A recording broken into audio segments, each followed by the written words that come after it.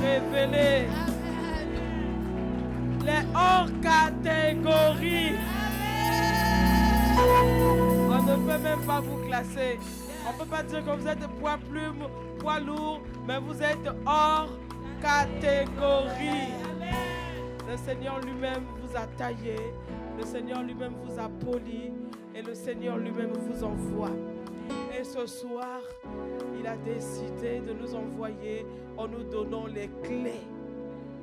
Il va nous donner les clés. Je ne sais même pas pourquoi ta voisine n'est pas arrivée. Je veux bénir le Seigneur pour ton voisin qui est violent, qui est ici.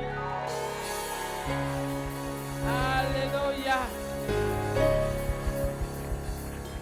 Parce que ce soir, ça va être du lourd. Ça va être du lourd. Le Seigneur, vous savez, quand le Seigneur veut visiter un homme, une personne, il envoie également une personne. Et la personne que le Seigneur envoie, vous savez, qui connaît maman Lily? Qui connaît maman Liliane Sanogo? Qui connaît maman Léaman? C'est une maman avec une douceur, mais une profondeur. Une profondeur. Comme on se reproduit selon son espèce, elle nous envoyait une Léaman. On a l'habitude d'accueillir ici le pasteur David Kafo qui nous fait tellement du bien. C'est sa maison. Mais quand vous voyez le pasteur David, pour qu'il soit pasteur David, il faut qu'il y ait une femme qui lui donne la paix. Il faut qu'il y ait une femme à côté qui arrange tout.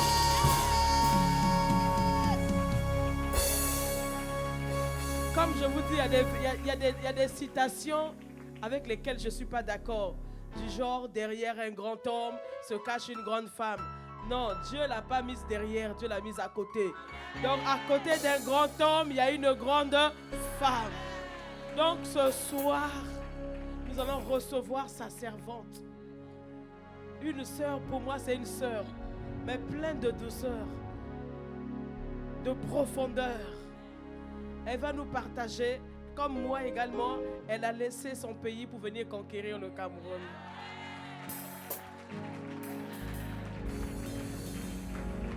Donc la conquête, je ne veux même pas lui, mais le Seigneur a déposé la parole à propos dans sa bouche. Femme d'impact, dit ceci. Est-ce que vous pouvez m'aider à acclamer le Seigneur pour sa servante, le pasteur Bénédicte Kafo, sous nos acclamations pour le Seigneur.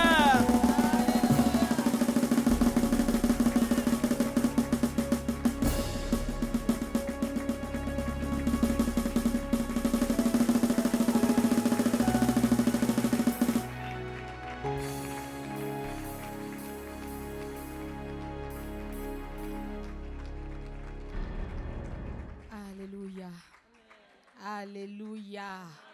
Est-ce qu'on peut encore acclamer le Seigneur pour sa vie? Amen, amen. Alléluia. C'est vraiment un privilège pour moi d'être parmi vous cet après-midi. C'est une grâce de Dieu et je lui rends toute la gloire. Alléluia.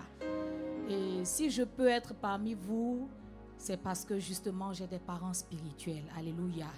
Et je voudrais qu'avec moi, tu m'aides à célébrer le Seigneur pour l'apôtre Mohamed Sanogo, pasteur maman Liliane Sanogo, qui sont mes parents spirituels. Je suis le fruit de leur appel. Je suis le fruit de leur ministère. Alléluia. Et je bénis le Seigneur pour leur vie. Alléluia. Je voudrais que tu m'aides également à célébrer le Seigneur pour le couple pastoral de cette communauté. Pasteur Damien et pasteur Christelle Nganga, alléluia, qui me donnent l'opportunité de partager avec vous cet après-midi la parole de Dieu. Et je bénis également le Seigneur parce que pasteur Christelle a un binôme, alléluia. Et son binôme n'est personne d'autre que mon époux, pasteur David Kafo. Et Si j'ai pu laisser les occupations de la maison pour venir, c'est parce qu'il m'en a donné la permission. Et je voudrais que tu m'aides à bénir Dieu pour son serviteur. Alléluia. Alléluia. Et je bénis Dieu également pour toutes les léamans qui m'ont accompagné, toutes les leaders, les femmes leaders, les AP, les responsables des départements qui ont bien voulu m'accompagner pour ce moment. Et bénis le Seigneur pour toi aussi, femme d'impact que tu es. Célèbre le Seigneur pour ta voisine. Et nous bénissons le Seigneur pour sa fidélité. Alléluia. Amen, amen. Nous allons prendre place. Alors, permettez que je m'asseye pour pouvoir partager avec vous. Donnez-moi quelques minutes.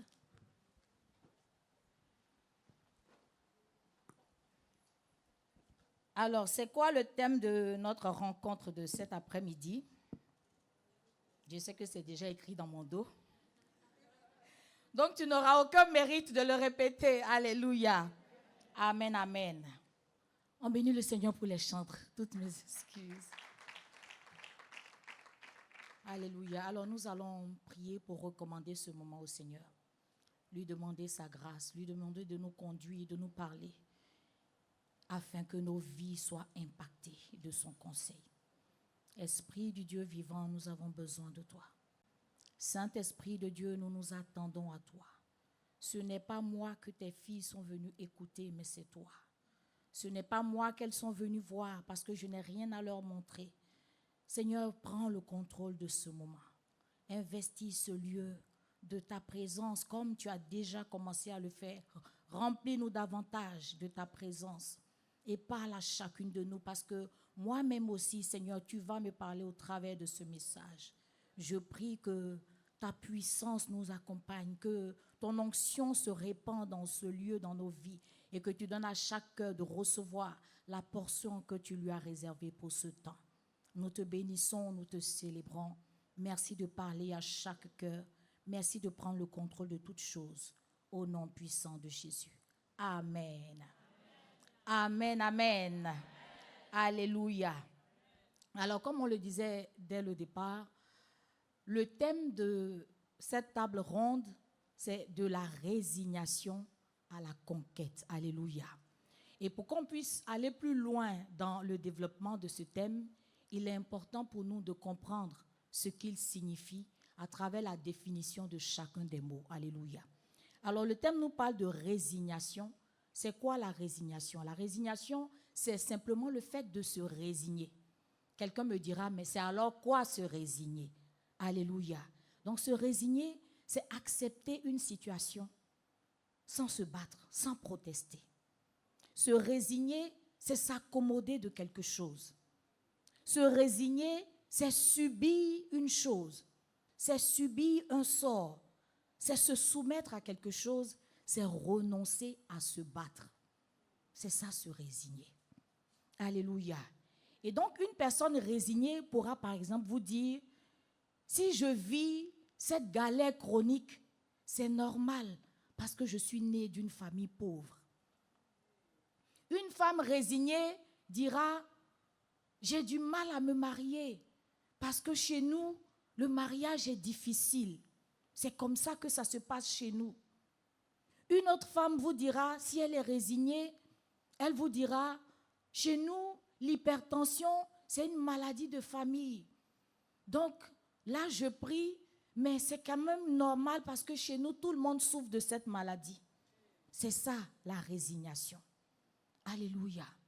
Et donc, c'est quoi la conquête également? La conquête, c'est l'action de conquérir. Donc, conquérir, c'est posséder, c'est hériter de quelque chose, c'est s'emparer d'une chose, c'est soumettre une chose, c'est se rendre maître de quelque chose. Alléluia. Et dans la Bible, lorsqu'on nous parle de conquête, le symbole de la conquête, c'est Canaan. Alléluia. Et donc, Canaan représente pour chacune de nous nos promesses. Canaan, c'est ton travail, c'est ton mariage. Canaan, c'est ta situation professionnelle. Canaan, c'est l'argent que tu peux obtenir. Canaan, ce sont tes maisons, ce sont tes enfants, ce sont nos promesses, les choses auxquelles on s'attend. Alléluia. Et donc, Canaan, ce sont ces choses-là, mais c'est aussi et surtout l'examen que nous pouvons gagner pour le Seigneur. Alléluia, parce que Canaan va au-delà des choses que nous pouvons obtenir. Canaan va au-delà de nos promesses qui nous profitent à nous, mais c'est aussi les territoires que nous pouvons conquérir en dépouillant le royaume de Satan pour envoyer des âmes au Seigneur. Alléluia. Et donc, c'est ça la véritable conquête. Donc, après avoir défini tous ces termes, on peut reformuler notre thème de cet après-midi de la façon suivante. Que faut-il faire pour arrêter de subir la vie afin d'obtenir nos promesses? Voici comment est-ce que nous pouvons reformuler notre thème. Qu'est-ce que je peux faire en tant que femme pour arrêter de subir la vie? Qu'est-ce que je peux faire en tant que femme pour arrêter d'être esclave d'une situation, pour accéder à la dimension de la conquête qui me permettra d'obtenir mes promesses en Christ, de posséder mon héritage? Alléluia. Et donc, si nous avons reformulé notre thème de cette façon, il est important pour nous de chercher à comprendre les causes de la résignation. Parce que la résignation, c'est une réalité dans nos vies parfois. La résignation, c'est une posture qu'on peut avoir à une saison de sa vie, à un moment de sa vie, qui peut même prendre des années et nous faire perdre un certain nombre de choses. Alléluia. Donc, c'est quoi les causes de la résignation? Mais avant d'aborder les causes de la résignation, en tant que femme, nous devons comprendre qu'il existe depuis toujours une guerre entre la femme et le diable, entre la descendance de la femme et le diable. Et donc, Genèse, le chapitre 3, le verset 15, nous permet de le voir. « Je mettrai inimitié entre toi et la femme, entre ta postérité et sa postérité. Celle-ci t'écrasera la tête et tu lui blesseras le talon. » Donc, en tant que femme, nous devons comprendre qu'il existe un vieux contentieux entre le diable et nous. Et ça doit nous permettre de prendre la bonne posture dans tout ce que nous faisons. Alléluia. Et donc, partant de cela, il existe plusieurs causes de résignation, mais j'en ai identifié quelques-unes que nous allons partager. Donc, la première cause de résignation que je voudrais partager avec vous, c'est la méconnaissance de notre identité en Christ. Alléluia. La méconnaissance de notre identité en Christ. Pourquoi est-ce que cela est important? Parce que la conscience que je peux avoir de qui je suis est ce qui me fixe les limites de ce que je peux faire ou non. Je reprends ce que je dis. La conscience de qui je suis, la conscience de la personne que je vois être la personne que je suis, la conscience de qui je suis, est ce qui me fixe des limites ou pas. Donc si je pense que je suis une pauvre femme qui est incapable de faire telle ou telle chose, il y a des dimensions que je ne pourrai jamais atteindre. C'est ça la méconnaissance de qui nous sommes en Christ. Alléluia. Et donc Genèse, le chapitre 1, le verset 27, nous aidera à comprendre donc une telle façon de penser. Dieu créa l'homme à son image, il le créa à l'image de Dieu, il créa l'homme et la femme. Donc ce verset nous permet de comprendre que nous avons une identité en Christ et cette identité, c'est notre ressemblance à celui qui nous a créés. Et parce que nous sommes à son image, il y a un potentiel qu'il a déposé en nous. Donc si en tant que femme, tu te vois de cette façon, il y a des limites que le diable ne pourra pas fixer à ta vie. Alléluia. Et la deuxième cause que j'ai pu identifier, donc, qui peut nous conduire à la résignation, ce sont les coups de la vie. Les coups de la vie. En tant que femmes, nous sommes nombreuses à avoir connu des coups dans la vie. Et parmi les coups de la vie, on peut citer les revers qu'on peut connaître. Donc les revers, ce sont les événements malheureux qui compromettent la situation de quelqu'un.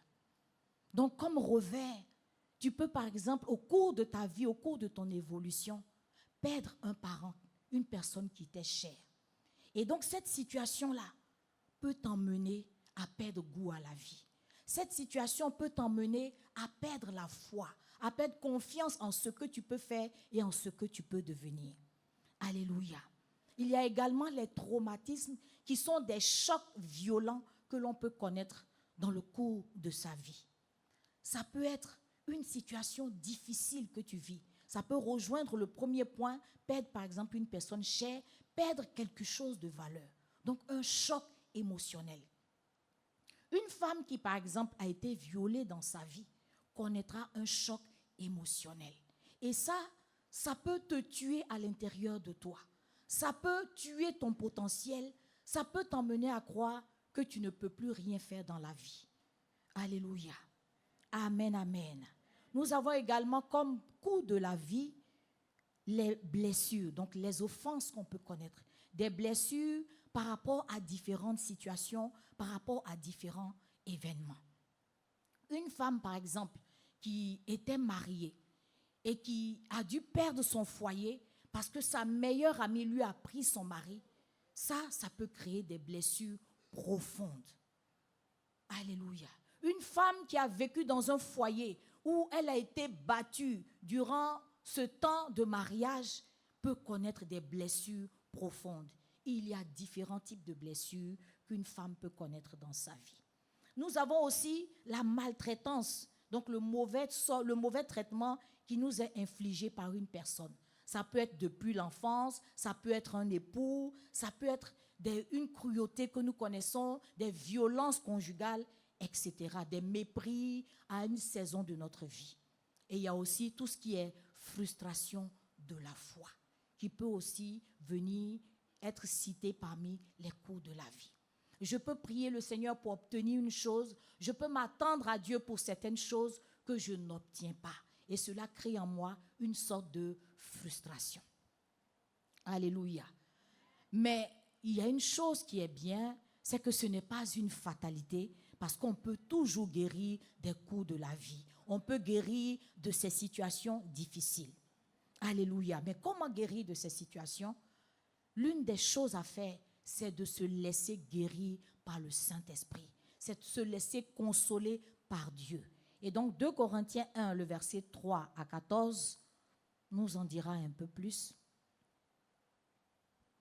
Béni soit Dieu, le Père de notre Seigneur Jésus-Christ, le Père des miséricordes et le Dieu de toute consolation, qui nous console dans toutes nos afflictions, afin que par la consolation dont nous sommes l'objet de la part de Dieu, nous puissions consoler ceux qui se trouvent dans quelque affliction. Alléluia. Donc le Seigneur est un Dieu de consolation. C'est notre Père, il est là pour nous consoler, quel que soit ce que nous avons vécu. Donc peu importe les coups de la vie que tu as connus, peu importe les circonstances, les choses qui te sont arrivées de négatif, de malheureux, le Seigneur est là pour te consoler. Alléluia. Hébreux 12, le verset 15 également.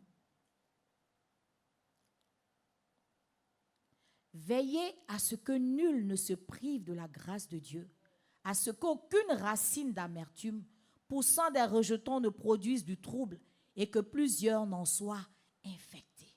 Alléluia. Donc en tant que filles de Dieu, nous devons faire attention à toutes les situations par lesquelles nous passons et qui peuvent laisser en nous des racines d'amertume. Alléluia. Cela ne pourra pas nous aider à progresser, à guérir de nos blessures et à aller de l'avant. Le Seigneur dit qu'il est là pour nous secourir, il est là pour nous guérir, quelle que soit la situation par laquelle nous sommes passés. Alléluia. La deuxième chose à faire pour guérir donc de nos blessures, c'est savoir nous appuyer sur Dieu pour avancer. Alléluia. 1 Samuel 30, le verset 1 à 8, nous aidera à mieux comprendre cela. Alors ici, le passage nous raconte l'histoire du roi David et de ses amis, donc, qui ont connu une situation difficile. Ils avaient laissé leurs épouses, leurs enfants, donc à Siklag, et ils ont été attaqués, ils ont connu une invasion. Alléluia. Et donc, lorsque ces personnes-là sont venues attaquer, ils ont emporté femmes et enfants. Alléluia. Et donc, lorsque le roi David est revenu avec ses amis, ils se sont rendus compte que leurs femmes, leurs enfants avaient été enlevés. Alléluia. Et donc, ils ont été tellement touchés qu'ils ont pleuré jusqu'à ne plus avoir de force pour pleurer, comme nous le dit le passage. Alléluia. Mais la force que le roi David a eue, c'est de se retourner vers le Seigneur pour dire, Seigneur, parce qu'il était devenu donc l'objet de ses amis, donc lui en voulait de les avoir emmenés loin, de sorte qu'ils ont perdu femme et enfants. Donc il était dans une situation compliquée, dans une situation difficile. Et donc tout le monde lui en voulait, au point où ils étaient sur le point de le lapider. Et donc il a crié au Seigneur, il s'est tourné vers le Seigneur.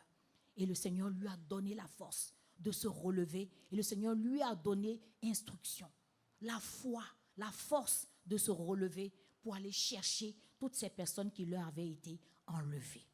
Alléluia. Et donc de cette façon-là, le Seigneur nous dit que quelle que soit la situation par laquelle nous pouvons passer, il est celui qui nous donne la force de nous relever. Il est celui sur lequel nous pouvons nous appuyer pour sortir d'une situation difficile. Alléluia. Et la troisième chose, donc pour sortir des situations difficiles, c'est de savoir que Dieu a un plan derrière toute chose, toute situation qui nous arrive. Donc Romains 8, le verset 28, nous permet de le comprendre. Alléluia. Romains 8, 28.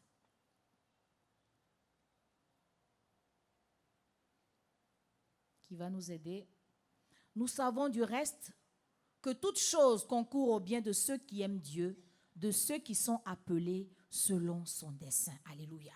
Donc le Seigneur veut nous emmener ici à comprendre que peu importe la situation par laquelle tu es passé en tant que femme, peu importe ce que tu as vécu, mais il dit que de toute situation, tu peux tirer une situation glorieuse. De toute situation, tu peux sortir un événement, une chose qui peut te permettre de te relever et rebondir dans la vie.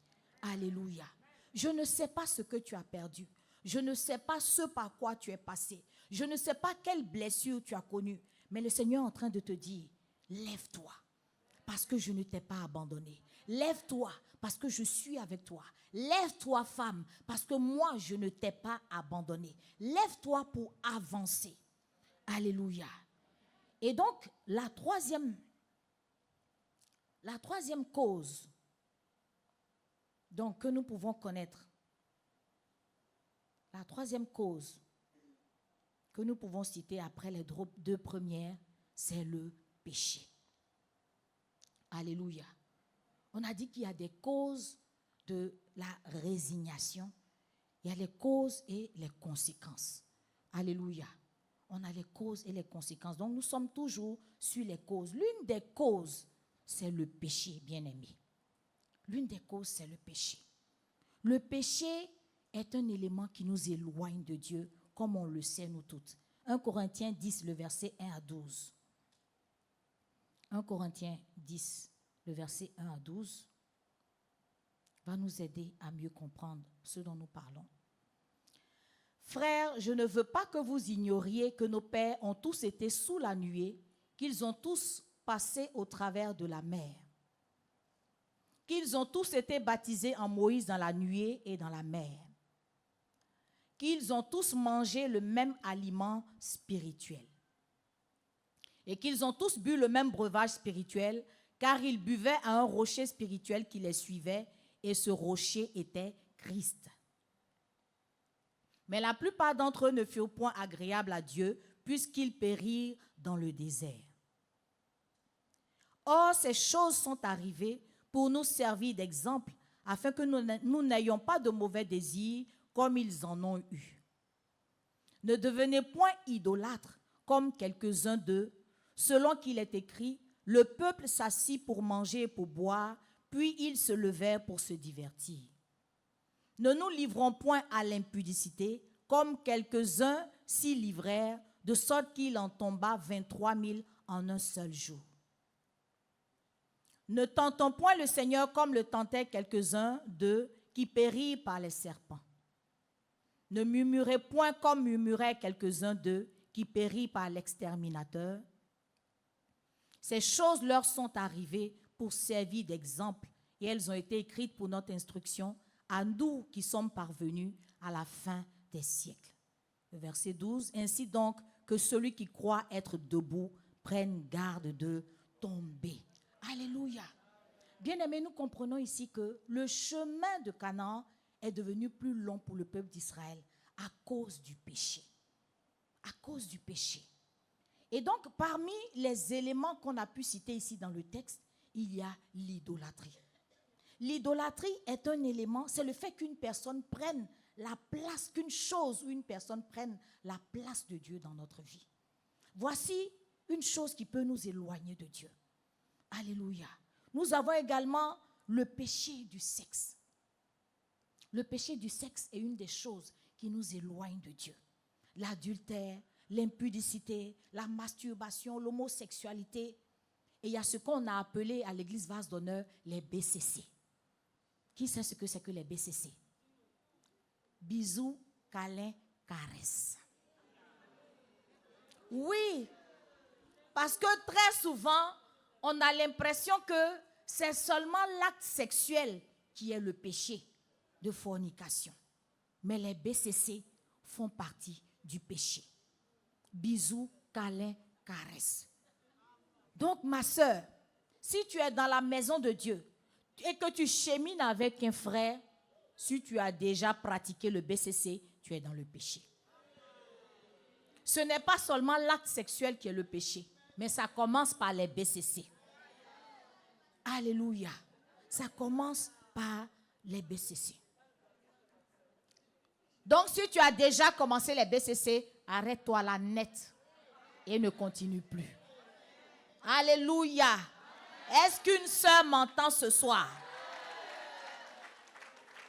Parce que comme j'ai pour habitude de le dire, il ne peut rien se produire si toi, tu mets la barrière. Même si le frère est en chaleur, que la fumée lui sort sur la tête, tant que toi, tu n'es pas consentante, rien ne peut se passer. Alléluia. Amen, amen. Et donc, toujours concernant le péché, on peut aussi citer les murmures. Les murmures. Dans l'église, comme les abeilles. Ça, c'est le fort des femmes. Les murmures. Parler à voix basse. Se plaindre. Critiquer.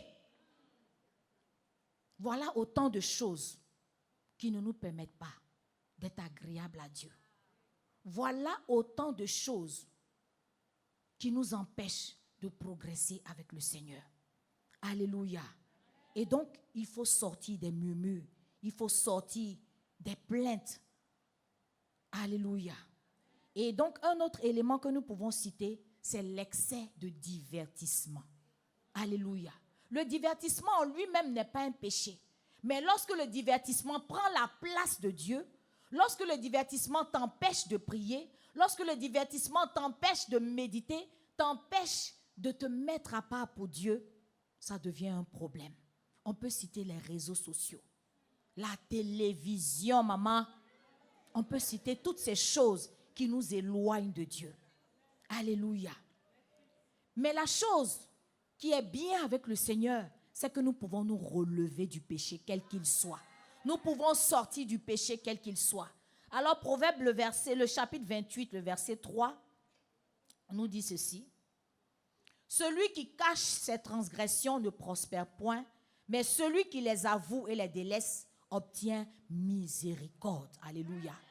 Donc, une bonne chose à faire pour se relever du péché, c'est confesser ce péché-là devant Dieu. Il ne faut pas cacher son péché. Il ne faut pas cacher ses transgressions. C'est déjà une très bonne chose que d'avouer son péché à Dieu. Mais il y a une étape suivante à faire qui est tout aussi importante. C'est de se confesser devant son pasteur ou devant une autorité spirituelle. Alléluia. Parce que ça ne suffit pas. Si nous prenons par exemple le péché du sexe, si tu as demandé pardon au Seigneur dans ta chambre, c'est déjà bien. Mais ça ne va pas t'empêcher de retomber dans le péché. Alors que si tu viens voir Pasteur Christelle pour dire, maman, voici ce qui m'est arrivé. Voilà ce dans quoi je suis tombée. Le fait de partager avec elle va t'enlever le goût de retourner dans ce péché-là. Le fait de partager avec elle va l'emmener elle aussi à te soutenir en prière pour que tu sois plus forte devant ce péché-là. Alléluia. Et c'est un acte par lequel le démon qui t'avait lié à ce péché-là est exposé. Et ça lui enlève la force qu'il avait pour te faire retomber dans ce péché. Il perd sa puissance et c'est de cette façon-là que tu ne vas pas facilement retomber dans le péché.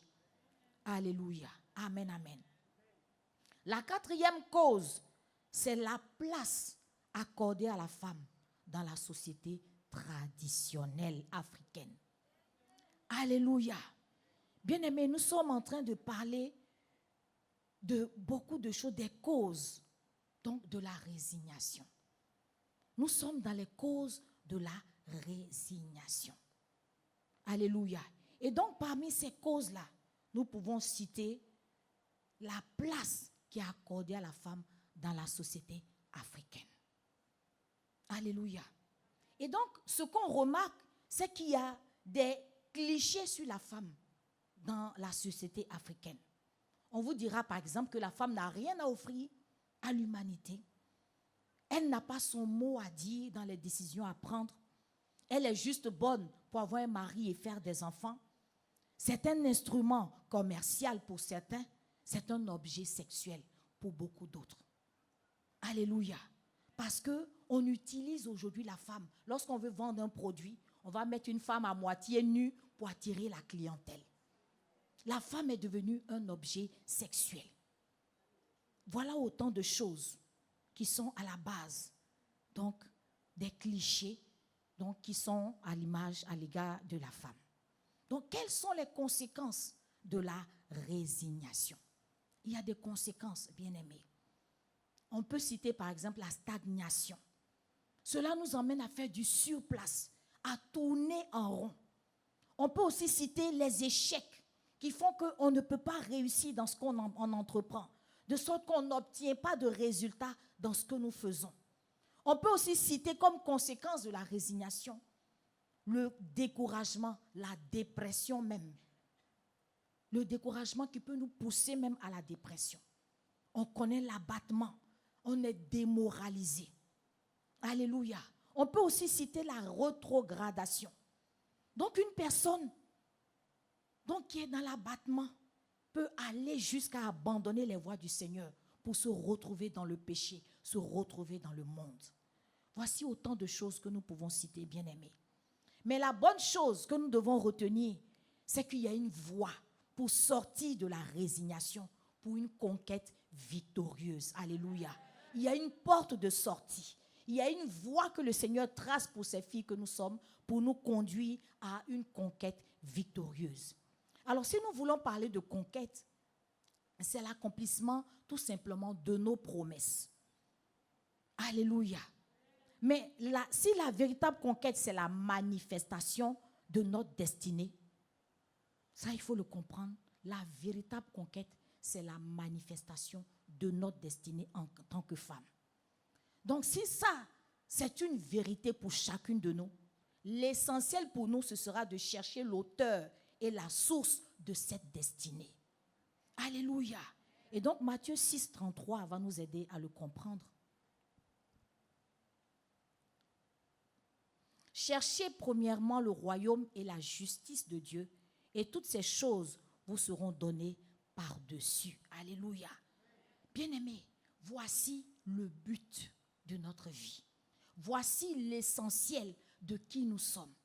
Voici ce à quoi le Seigneur nous appelle.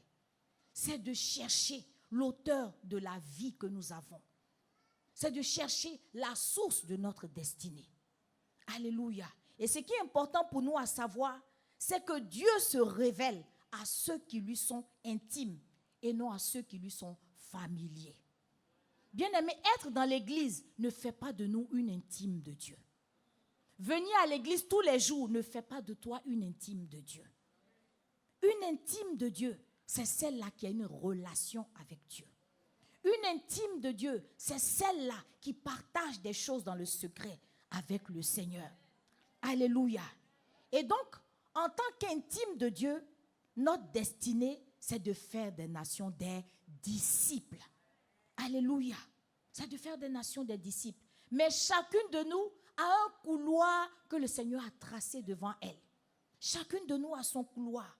Et Dieu seul le sait. Alléluia. D'où l'importance pour nous de devenir des intimes de Dieu, parce que c'est dans cette intimité-là que le Seigneur va te révéler ton couloir. C'est dans cette intimité que le Seigneur va te montrer le chemin à suivre.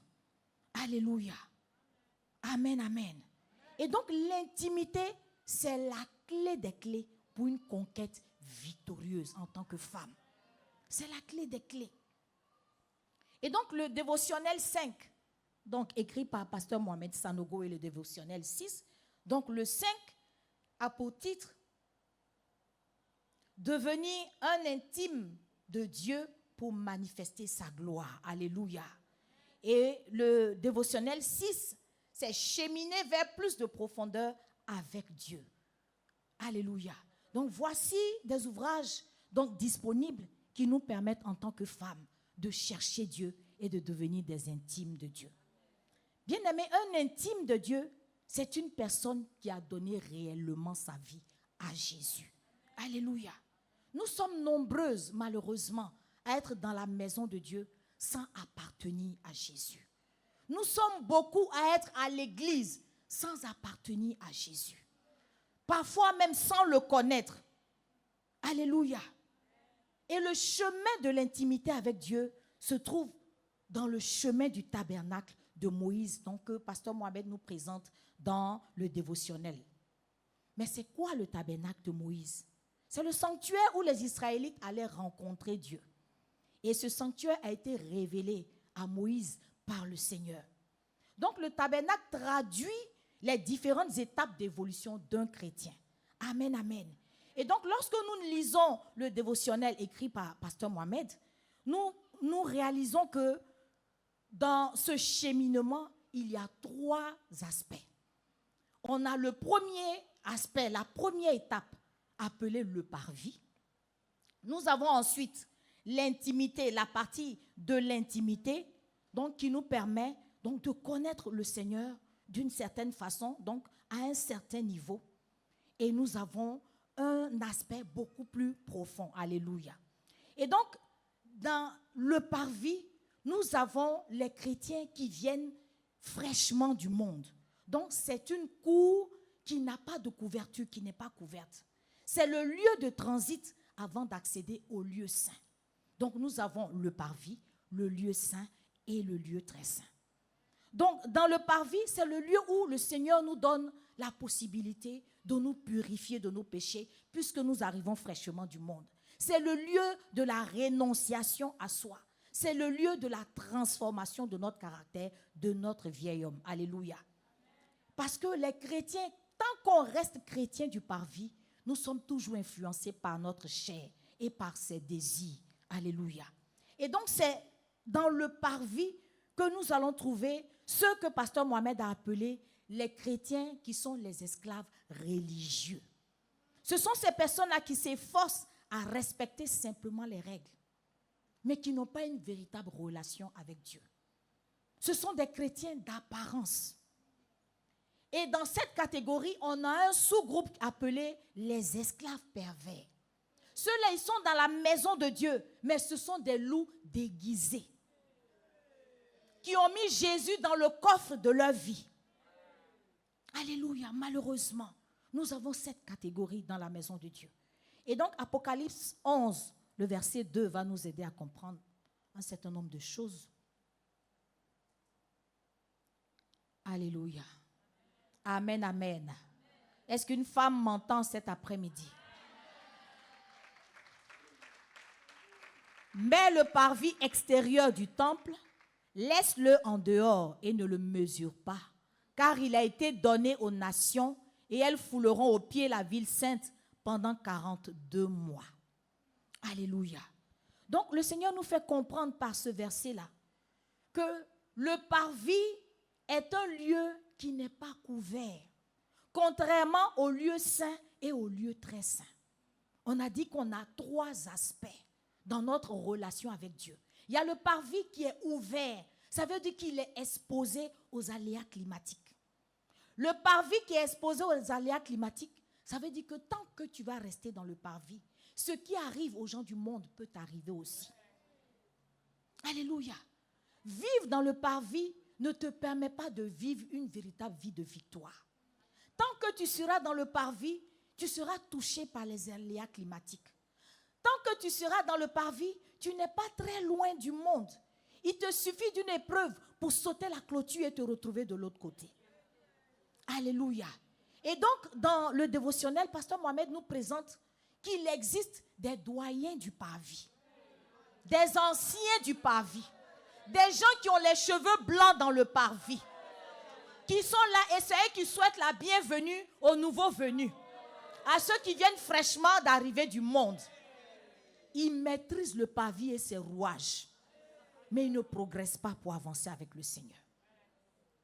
Et à côté du parvis, nous avons les chrétiens du lieu saint. C'est ceux-là qui laissent réellement Jésus conduire leur vie. Et c'est ici, le pasteur Mohamed nous explique dans le dévotionnel que c'est à partir du lieu saint qu'on peut vraiment jouir de son héritage en tant que fille de Dieu, en tant qu'enfant de Dieu. C'est dans le lieu saint que tu peux devenir utile pour Dieu. C'est dans le lieu saint que tu peux travailler aisément pour Dieu et que Dieu peut aussi travailler aisément avec toi. Alléluia.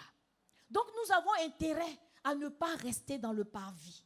Le parvis, c'est un lieu de passage. C'est un lieu transitoire.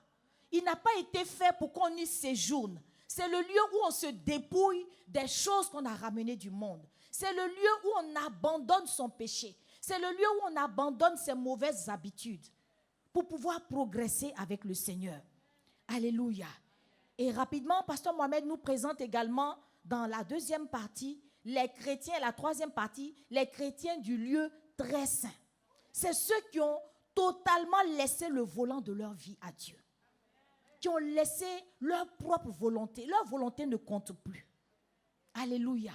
Mais malheureusement, les personnes qui sont à cette étape-là sont très rares, comme Pasteur Mohamed nous le dit. Il n'y a pas beaucoup de personnes à cette étape. Mais avec la grâce et la faveur de Dieu, nous y arriverons. Alléluia. Alléluia. Bien-aimé, je voudrais partager avec toi quelques vérités sur l'intimité avec Dieu. L'intimité avec Dieu, la première chose qu'il faut retenir, c'est que l'intimité avec Dieu, c'est pour les violents. Ce n'est pas pour les fainéants. Ce n'est pas pour les gens qui se fatiguent vite. Parce qu'il y a un prix à payer pour être un intime, pour être une intime de Dieu. Matthieu 11, le verset 12, va nous éclairer par rapport à ce point. Mais le parvis extérieur, verset 12, Matthieu 11, le verset 12.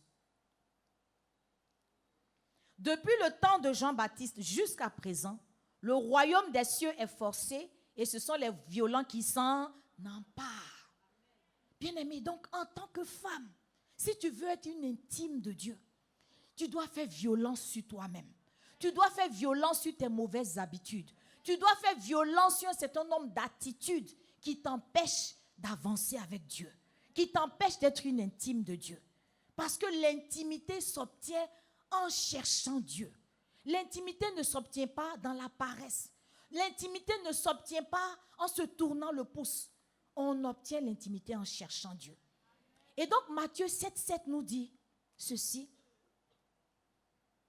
Dans Matthieu 7,7, nous nous rendons compte qu'il y a une étape où nous demandons pour obtenir quelque chose de Dieu. Il y a une autre étape où nous cherchons pour obtenir. Et il y a une autre étape où nous frappons pour obtenir de la part de Dieu. Alléluia. Amen, amen. Et donc, les épreuves nous préparent à l'intimité avec Dieu. Lorsque tu as demandé que tu n'as pas obtenu, au lieu de rester là à demander, ma soeur, va chercher. Cherche Dieu et tu trouveras ce que tu n'as pas trouvé en demandant. Alléluia. 1 Pierre 1, le verset 6 à 7 nous éclaire sur ce point. C'est là ce qui fait votre joie. 1 Pierre 1, verset 6 à 7. C'est là ce qui fait votre joie, quoique maintenant, puisqu'il le faut, vous soyez attristés pour un peu de temps par diverses épreuves.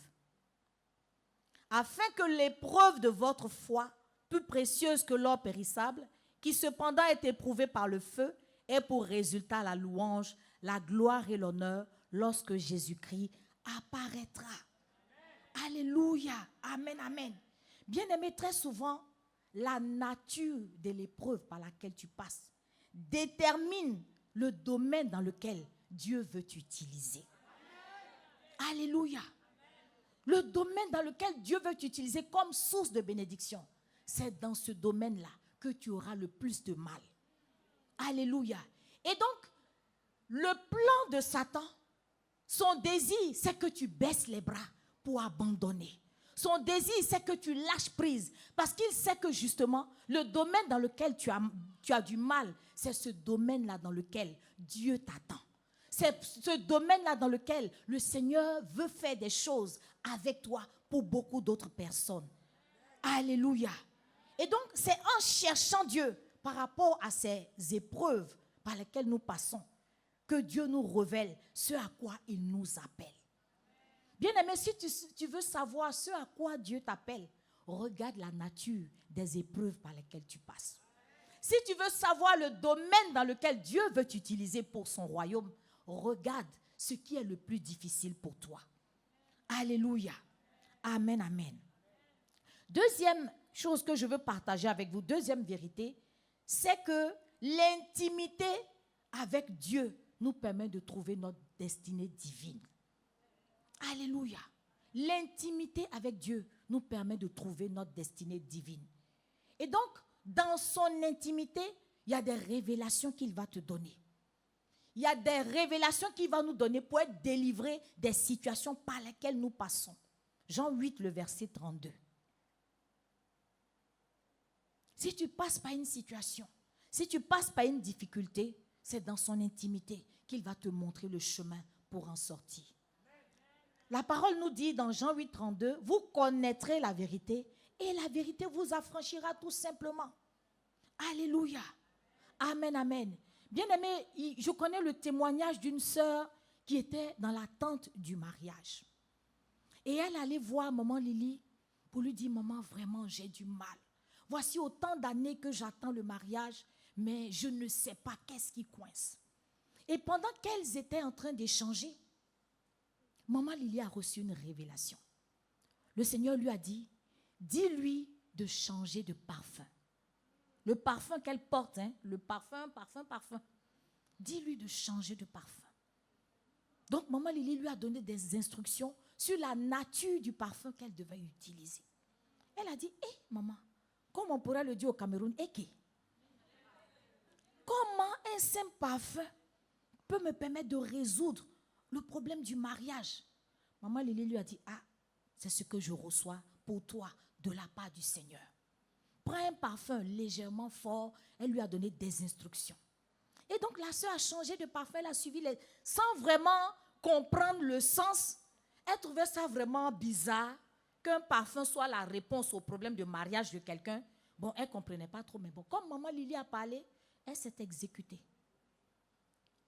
Quand elle a fait ça, l'homme que Dieu voulait pour elle a été attiré vers elle à cause du parfum qu'elle portait, tout simplement.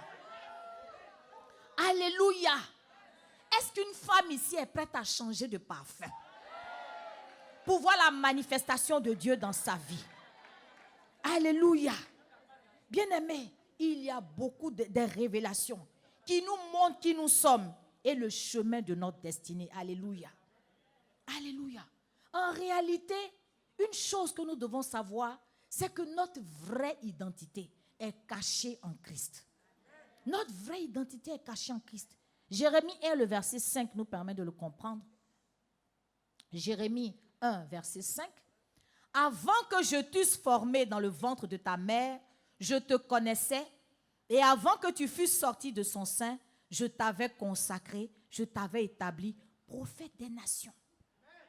Bien-aimés, ce verset nous permet de comprendre que notre destinée nous a précédés. Ta destinée t'a précédé. Donc, au lieu de tourner en rond, il faut chercher à retrouver cette destinée au pied du Seigneur. Alléluia. C'est par révélation que tu vas découvrir ton identité réelle. Ton identité, ce n'est pas ce que les coups de la vie ont fait de toi. Ton identité, ce n'est pas le nom par lequel les hommes t'appellent à cause des problèmes que tu connais, à cause des circonstances par lesquelles tu passes. Ton identité, c'est le nom que le Seigneur t'a donné avant que tu ne sois. Alléluia. Et donc, c'est par révélation que tu peux découvrir cette identité. Alléluia. Et donc, Matthieu 16, du verset 15 à 17, va mieux nous éclairer sur ce sujet. Alléluia. Matthieu 16, le verset 15 à 17. Et vous, leur dit-il, qui dites-vous que je suis? C'est le Seigneur qui interroge ses disciples sur qui il est. Simon-Pierre répondit, tu es le Christ, le Fils du Dieu vivant. Jésus, reprenant la parole, lui dit, tu es heureux, Simon, fils de Jonas, car ce ne sont pas la chair et le sang qui t'ont révélé cela, mais c'est mon Père qui est dans les cieux. Alléluia. Amen, amen. Bien-aimé, c'est par révélation que tu vas découvrir ton identité. Tu n'es pas ce que le monde dit que tu es. Tu n'es pas à cause du nom que tes problèmes t'ont donné. On peut t'appeler la veuve. On peut t'appeler la célibataire. On peut t'appeler la pauvre femme. Mais le Seigneur dit au-delà de ça, il y a un nom qu'il t'a donné que tu dois découvrir. Alléluia. Donc tu as une destinée naturelle et tu as une destinée divine. Ta destinée naturelle, c'est ce que tu es déjà. C'est ce que tu es aujourd'hui que le monde voit. Tu es peut-être enseignante, tu es peut-être restauratrice, tu es peut-être, peu importe ce que tu fais dans la vie. Mais le Seigneur te dit, au-delà de ta destinée naturelle, tu as une destinée divine. Au-delà du nom naturel que tu as un nom divin que tu dois découvrir. Alléluia. Et donc, dans sa destinée naturelle, Simon-Pierre était pêcheur de poissons. Amen, amen. Mais dans sa destinée divine, il était pêcheur d'hommes. Amen. Et donc, Simon est le symbole du nom que le monde nous donne. Simon, c'est le symbole du nom que le monde te donne. Simon, ça veut dire vacillant. C'est quelqu'un qui était vacillant. Donc, Simon, ça veut dire vacillant. Mais au-delà du nom qui démontre ta faiblesse, au-delà du nom que t'ont donné les coups de la vie, au-delà du nom que la situation par laquelle tu passes t'a donné, le Seigneur dit que tu as un nom spirituel. Le Seigneur dit que tu as une autre identité que tu as appelée à découvrir. Lui s'appelait Simon-Pierre. Pierre est le symbole du nom spirituel, de son identité spirituelle cachée dans le spirituel. Alléluia. Et donc, le Seigneur nous montre que peu importe le nom que ta situation t'a donné, peu importe le nom que ce par quoi tu passes t'a donné, peu importe le nom que le monde t'a donné, il y a un nom que tu as dans ta destinée, que tu as appelé à découvrir en tant que femme. Alléluia. Matthieu 16, le verset 18 à 19. Alléluia. Amen, amen. Est-ce qu'une femme entend la voix du Seigneur cet après-midi? Matthieu 16, 18 à 19. 18. Et moi, je te dis que tu es Pierre, et que sur cette pierre, je bâtirai mon église, et que les portes du séjour des morts ne prévaudront point contre elle. Verset 19. Je te donnerai les clés du royaume des cieux. Ce que tu lieras sur la terre sera lié dans les cieux, et ce que tu délieras sur la terre, sera délié dans les cieux. Amen, amen. Donc, conquérir, c'est aussi et surtout trouver le chemin de notre destinée. Bien-aimé, ta destinée, ce n'est pas ce que le monde dit que tu es. Ta destinée n'a rien à voir avec la situation par laquelle tu passes et pour laquelle le monde t'a donné un nom qui ne glorifie pas Dieu. Alléluia. Femme, quel est le nom que la vie t'a donné? La vie t'appelle peut-être pauvre. Le monde t'appelle peut-être femme sale à cause de la situation par laquelle tu passes. Le monde t'appelle peut-être malheureuse. Le monde t'appelle peut-être incapable. Le Seigneur dit que c'est un mensonge. Le Seigneur dit que c'est un mensonge parce que lui, il t'a donné un tout autre nom. Il t'a donné un nom de victoire. Il t'a donné un nom auquel est rattachée ta destinée. Et ce nom-là, c'est à ses pieds que tu vas le découvrir. Ce nom-là, c'est dans sa présence que tu vas le découvrir. Parce que la vie est souvent, pour nous, le contraire de ce que Dieu nous appelle à être. Alléluia. Dieu nous appelle à être des femmes fortes. Dieu nous appelle à son service. Les situations par lesquelles nous passons sont des situations qui viennent simplement nous préparer à la destinée divine que Dieu nous réserve. Alléluia. Donc, réussir à te connecter à ta destinée divine te donne naturellement accès à toutes tes promesses. Alléluia. Et cela te permet d'impacter ton environnement. Amen, amen. Est-ce qu'une femme entend la voix du Seigneur cet après-midi? Est-ce qu'une femme sait ce à quoi Dieu l'appelle cet après-midi? Alléluia. Peu importe ce par quoi tu es passé. Peu importe le nom que le monde t'a donné. Peu importe le nom que les circonstances de la vie t'ont donné.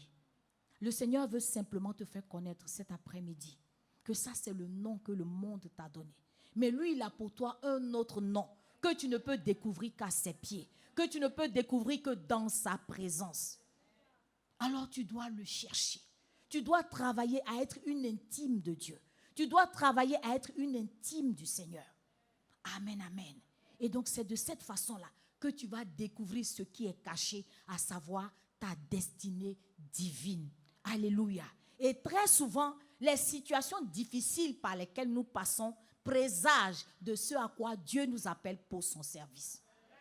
Alléluia. Donc regarde ta vie. Qu'est-ce qui est difficile pour toi? Qu'est-ce qui est compliqué pour toi? Le Seigneur veut faire un travail avec toi au travers des difficultés que tu connais, au travers des difficultés que tu as connues. Le Seigneur s'attend à toi.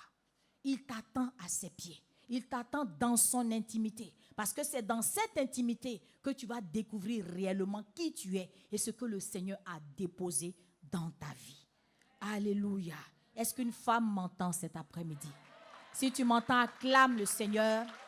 Que le nom du Seigneur soit béni. Alléluia. Amen, amen. Il y a beaucoup à dire. Mais compte tenu du temps, je vais m'arrêter là. Et je pense que dans les échanges, nous pourrons développer encore, si vous posez des questions sur un certain nombre de choses. Que Dieu nous bénisse, que sa grâce et sa faveur soient sur chacune de nous. Alléluia. Amen, amen, amen. Alléluia. Amen.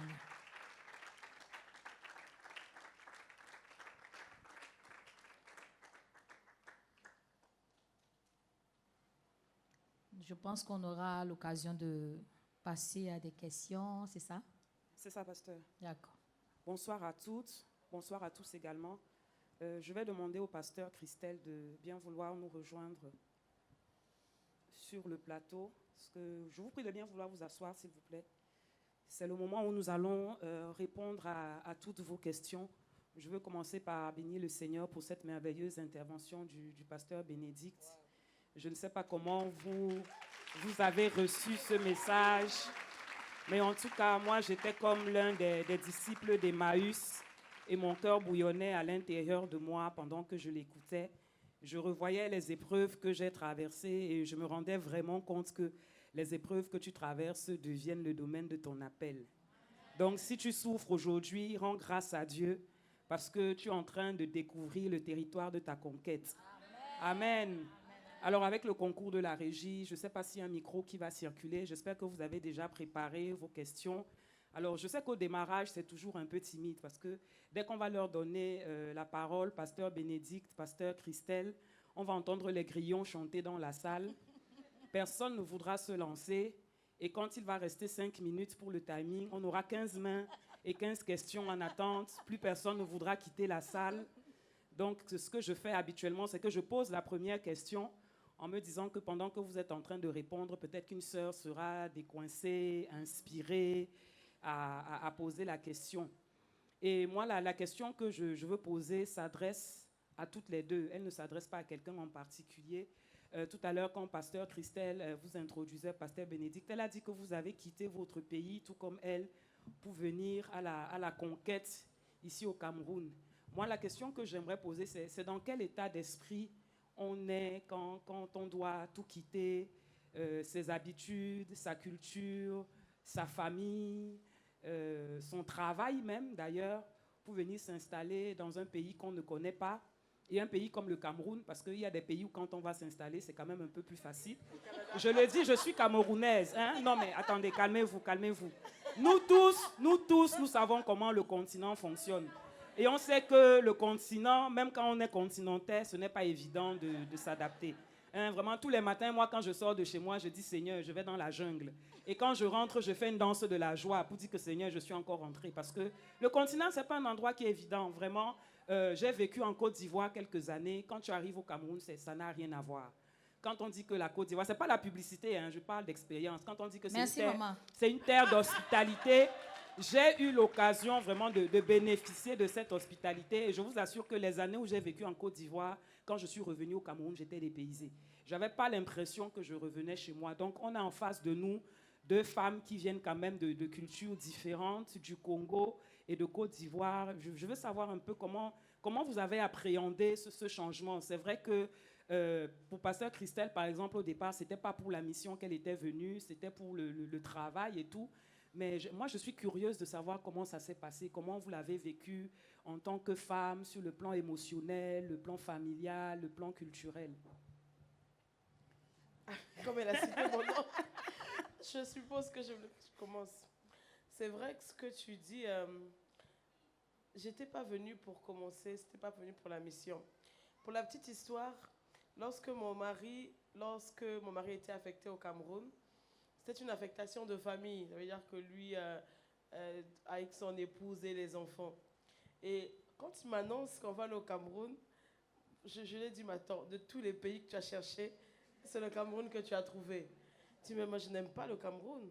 Je les trouve tellement violents, je ne les trouve pas accueillants. Franchement, je ne vais pas t'accompagner. Donc, il est venu, oui, il est venu seul. Moi, je me projetais pas.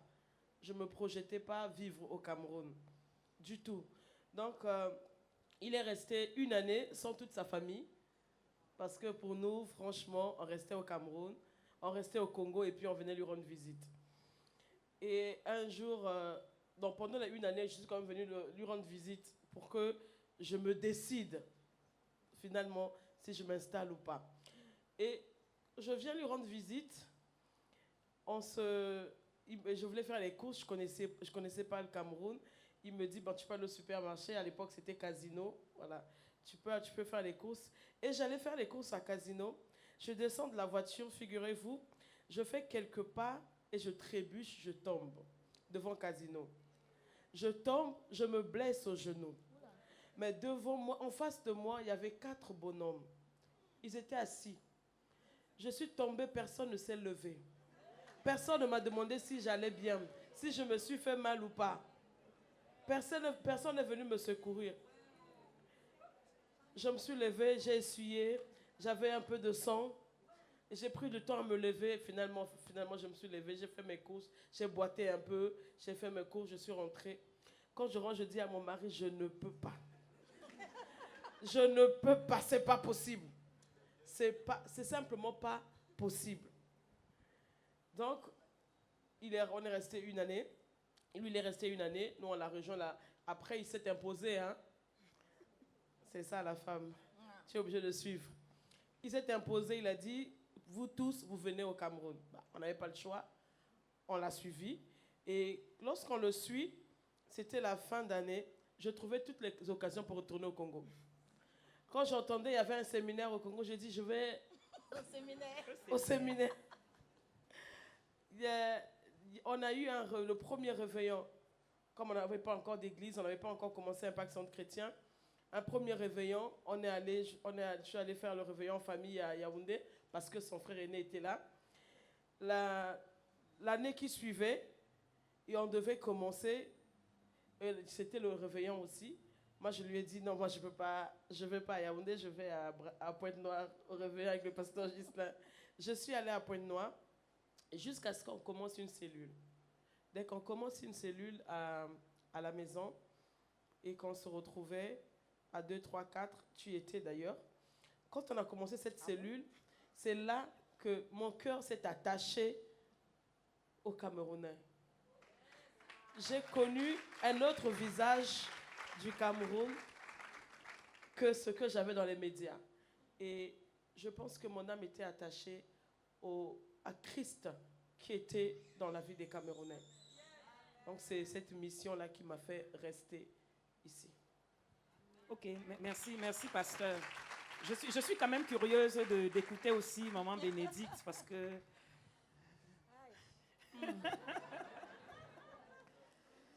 Ça n'a pas été facile. Mon Dieu, c'était terrible. Alors, quand Pasteur David a été envoyé au Cameroun pour commencer l'œuvre, comme on le dit à Abidjan, mon cœur s'est coupé. Ouais. Je me suis dit, mon Dieu, c'est quoi cette affaire? Après, je me suis dit, bon, il ira ouvrir, juste, on va mettre quelqu'un là-bas et puis bon, ce sera tranquille. Sauf que lui, il ne fait rien à moitié. Voilà. C'était sans compter avec sa fougue et sa détermination. Il fait tout jusqu'au bout.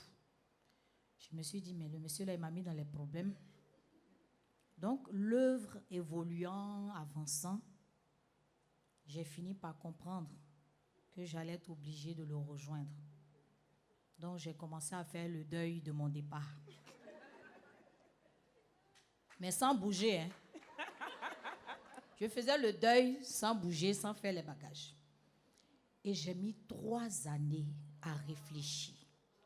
Je vous assure. C'était terrible. Je me suis dit, bon, les Camerounais qui sont bizarres comme ça, là. Voilà.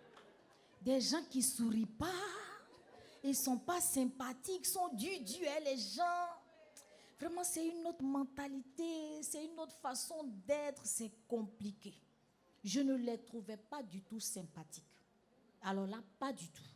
Je veux dire, en général, pour quelqu'un qui vient d'Abidjan, tu ne vas pas trouver le Camerounais sympathique. Ce n'est pas possible. Oui, parce que ça fait bizarre.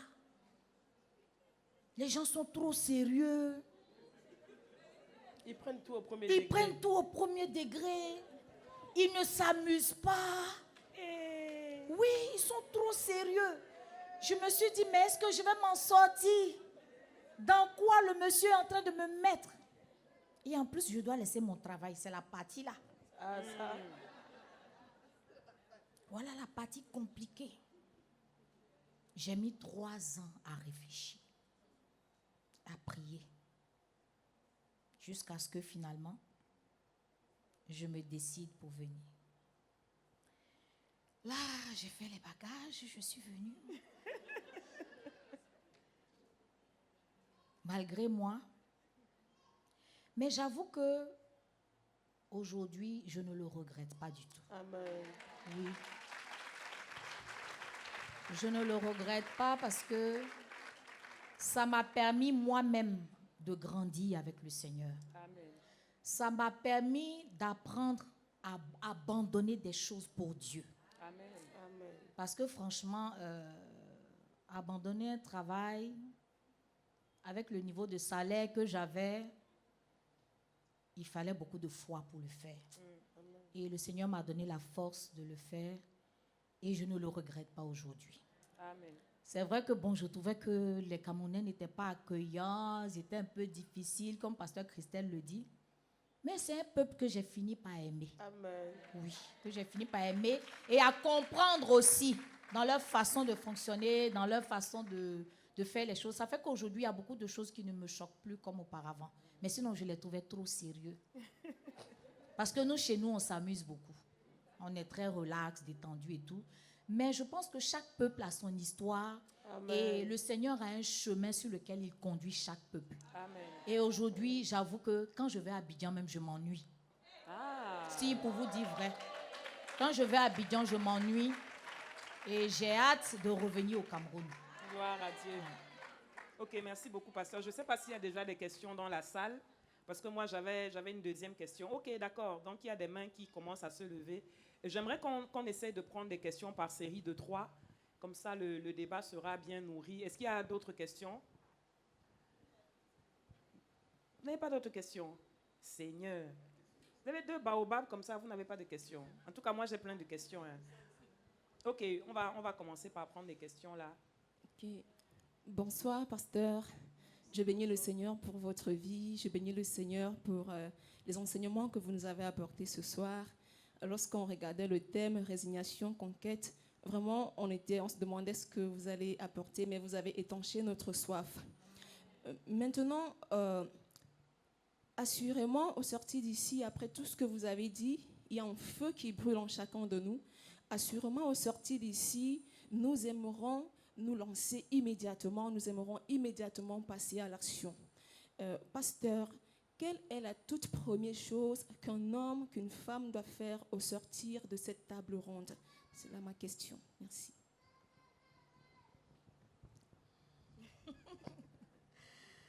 Alors, tout ce que nous sommes en train de dire ne peut se faire sans notre intimité avec Dieu.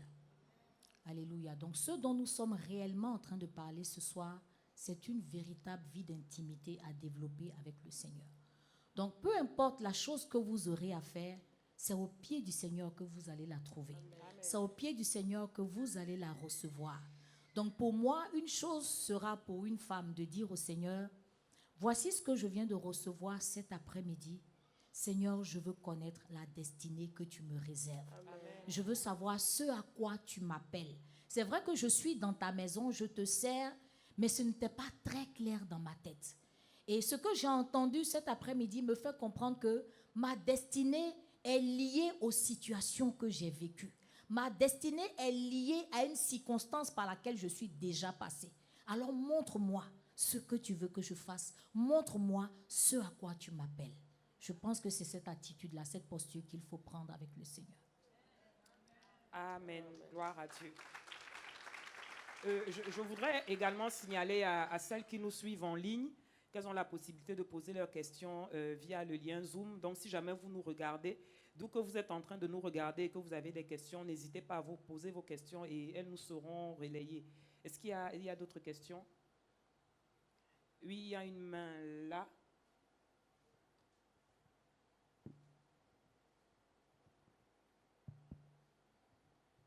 Bonsoir à tous, bonsoir pasteur.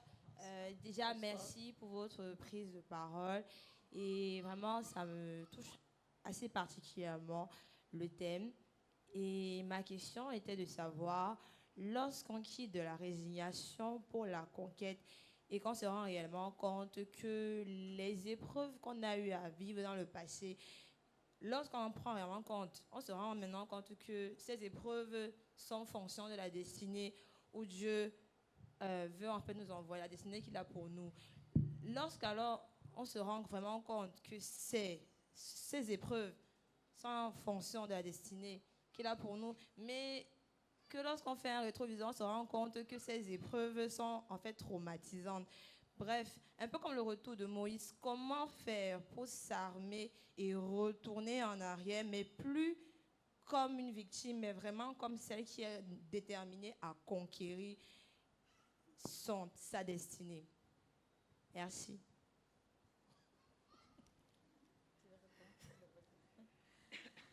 Alors, par rapport à une situation traumatisante qu'on a vécue, la bonne posture pour guérir de cette situation traumatisante, c'est justement de chercher la face de Dieu, comme on l'a dit.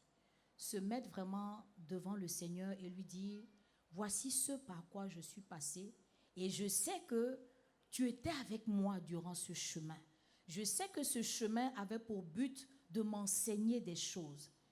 Et accorde-moi la grâce, Seigneur, d'en tirer des leçons qui vont servir pour d'autres personnes. Et c'est vraiment au pied du Seigneur qu'on peut recevoir ce réma, qu'on peut recevoir ce retour-là qui va nous servir donc d'expérience à partager avec les autres. Je ne sais pas si j'ai répondu à la question. C'est Pasteur Christelle veut compléter. Oui, je voulais compléter en disant, vous savez, les expériences traumatisantes qu'on a vécues, qui sont les chemins par lesquels le Seigneur nous fait passer pour entrer dans notre destinée, pour accomplir le mandat. Et lorsque on est déjà, il faut chercher à guérir, comme le pasteur a dit, il faut chercher la consolation du Seigneur par le Saint-Esprit et il faut se relever. Maintenant, lorsque le Seigneur le fait avec toi, il prend le temps de te bâtir, de te construire. Tu as parlé de Moïse. Le but, ce n'est pas que ça s'arrête avec Moïse. Le but, c'est de retourner et de faire sortir plusieurs personnes de cette situation. Vous savez, lorsque Anne la femme d'Elkana. Anne n'avait pas d'enfant. À chaque fois qu'elle se plaignait auprès de son mari, parce que sa rivale Pénina lui la mortifiait et tout le temps c'était des plaintes. Et lorsqu'elle allait pleurer auprès du Seigneur, c'est sa prière qui a tout changé. Elle a dit à Dieu, si tu me donnes un fils, je te le consacrerai. En fait, elle est en train de dire à Dieu, si tu me bénis, tu me donnes un enfant, je vais prendre cet enfant, il ne sera pas pour moi, il sera pour toi, parce qu'en ce moment-là, je sens que tu as besoin, tu as besoin d'un successeur. Élie a besoin d'un successeur. Parce qu'à l'époque, Élie, qui était le sacrificateur, ses enfants étaient disqualifiés. Lui-même aussi, il devait être disqualifié. Et il était âgé, il était vieux. Et quand Samuel dit que si tu me donnes un fils, je te le donnerai. Dieu a dit, voilà, tu t'oublies, tu penses aux autres, tu penses à moi. Donc des fois, ce qui bloque notre, comment je peux dire, ce qui nous bloque dans le chemin de notre destinée, dans la conquête, parce qu'on cherche la guérison pour nous. On veut tout faire pour nous. Alors que Dieu, lui, il n'a pas regardé à lui, il a donné Jésus. Et Jésus également ne s'est pas regardé à lui-même, il s'est dépouillé, il s'est livré pour nous. Donc à chaque fois que nous disons, Seigneur, par cette épreuve, permets que je sois un témoin pour plusieurs. Par cette épreuve, que j'aide les personnes qui traversent les mêmes situations. Là, le Seigneur va t'armer et ton histoire sera plus un témoignage. Amen, gloire à Dieu. Ok, on va terminer dans cette rangée avant d'aller à côté. Bonsoir, pasteur Bénédicte, et merci beaucoup pour les moments d'enseignement. J'ai beaucoup appris, j'ai été vraiment bénie. Alors, je voudrais poser la question aujourd'hui dans la posture quand même d'une femme qui, on va dire, a eu la grâce de sortir de la résignation pour rentrer progressivement dans la conquête, mais qui va quand même être une femme, parce que quand on rentre dans la conquête, il y a les casquettes de la vie qui remontent. Ça veut dire, hier, peut-être tu étais juste l'épouse, tu étais chef d'entreprise, tu étais employé, mais tu as d'autres casquettes qui se rajoutent. Peut-être aujourd'hui, tu deviens une personne qui doit gérer une multinationale. Tu as plein d'autres personnes partout dans les pays où tu dois les accompagner et tout ça. Quels seraient pour vous des conseils pour gérer l'équilibre? Parce que tu vas quand même être toujours la maman, tu seras toujours l'épouse. Donc pour vous, aujourd'hui, avec votre expérience, quels pourraient être des conseils à donner pour l'équilibre personnel et familial? Amen, amen. Alors, en termes d'équilibre, on a des choix à faire par moment et dans un temps précis. Même lorsqu'on a des choses à faire pour le Seigneur, on doit le faire de façon équilibrée. Voilà, parce que si je suis mère au foyer, si je suis épouse, si j'ai une carrière à gérer, on va dire, il est important d'être équilibré dans tout ce qu'on fait. Il est important d'accorder à chaque chose la place qui lui convient au moment qui lui est dû. De sorte que si je suis une femme au foyer, il y a un temps que je vais consacrer à mes enfants, à mon époux. Si j'ai une carrière à bâtir, en fait, ce qu'il faut éviter, c'est d'éviter qu'une chose prenne la place d'une autre. C'est d'éviter d'accorder plus de temps qu'il n'en faut à une chose qu'à l'autre.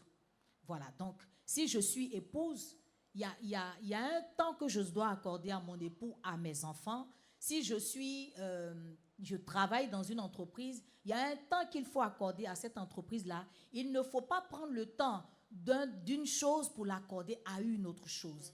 En fait, il faut demander la grâce de Dieu pour être équilibré dans notre temps de présence auprès de notre mari, auprès de nos enfants, dans le lieu de travail. Si par exemple tu as une carrière à bâtir et que tu emportes du travail à la maison, ça ce n'est pas une bonne attitude par exemple. Ça veut dire que le temps que tu es censé consacrer à ton époux et à tes enfants, tu vas grignoter sur ce temps-là pour le travail. Voici, en fait, il faut être équilibré dans ce qu'on fait, il faut équilibrer son temps. De sorte qu'on en est pour le travail, on en est pour le mari, on en est pour les enfants. Et c'est par le Saint-Esprit que tu sauras qu'il y a la loi de la satiété aussi qu'il faut comprendre et savoir. Le temps passé avec mon mari est suffisant pour aujourd'hui. Le temps passé avec mes enfants est suffisant pour aujourd'hui. Le temps que je consacre au travail prend fin à tel niveau. Je dois maintenant m'occuper de ma maison, ainsi de suite. Il y a cet équilibre-là on doit être capable de faire, mais c'est par le Saint-Esprit qu'on peut y arriver. C'est la réponse que je peux donner, Pasteur Christelle. Et je pense que, Pasteur Bénédicte, ce que vous dites est très important parce que il y a un phénomène qui se répand de plus en plus dans les églises, surtout chez nos sœurs qui rencontrent le Seigneur pour la première fois. C'est ce zèle qui les pousse à l'église au point de négliger leur maison.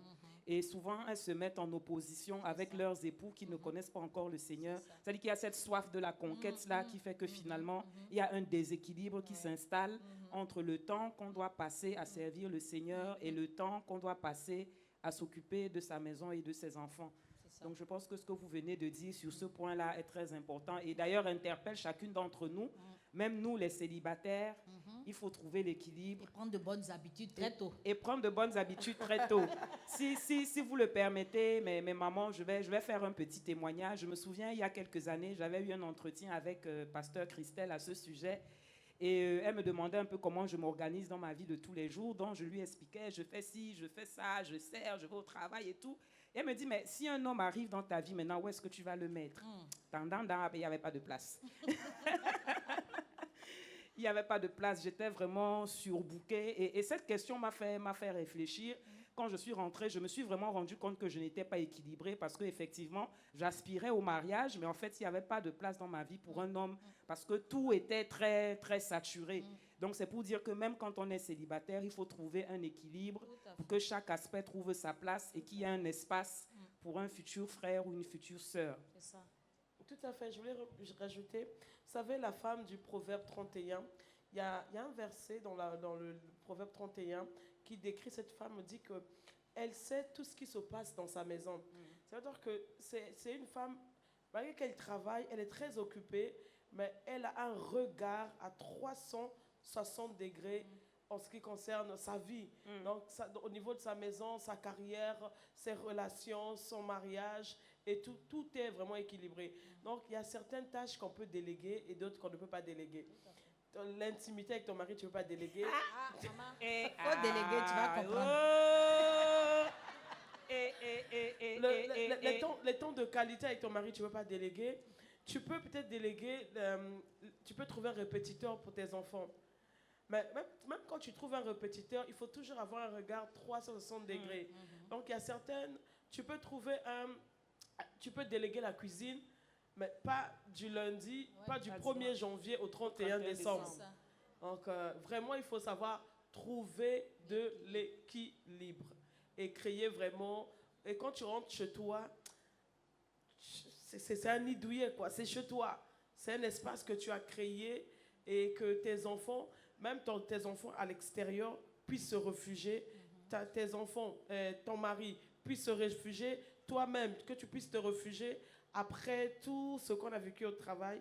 À un moment donné, quand on arrive chez nous, tu sais que c'est chez toi. Personne ne te dira pourquoi tu as placé ce fauteuil à tel endroit et tout. Mais il faudrait que ça soit...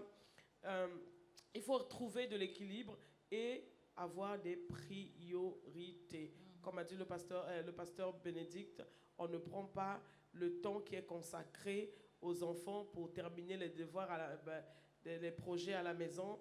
Et chaque moment que tu passes avec soit les enfants, soit la famille, soit tes amis, qu'importe au travail, rassure-toi que ce soit des moments de qualité.